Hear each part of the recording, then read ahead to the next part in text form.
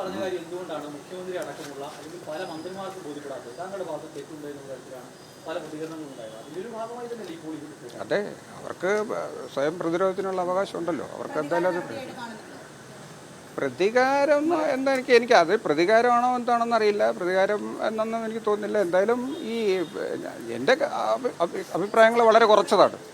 എൻ്റെ അഭിപ്രായങ്ങൾ വളരെ ഉറച്ചതാണ്. അപ്പോൾ അതിനകത്തുള്ള എല്ലാ പ്രൂഫും അതിനകത്തുണ്ട്.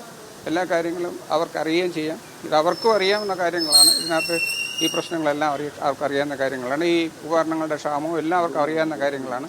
അത് പരിഹരിക്കാനുള്ള നടപടികൾ വളരെ മന്ദഗതിയിലാണെന്നുള്ളതും അവർക്കറിയാവുന്നതാണ്. ഇപ്പോഴും ഉപകരണങ്ങൾ പലതും അവിടെ ഇല്ല എന്നുള്ളതും അവർക്കറിയാം. ഇപ്പോഴും താങ്കൾ നിലപാടിൽ ഉറച്ചു നിൽക്കുന്നു.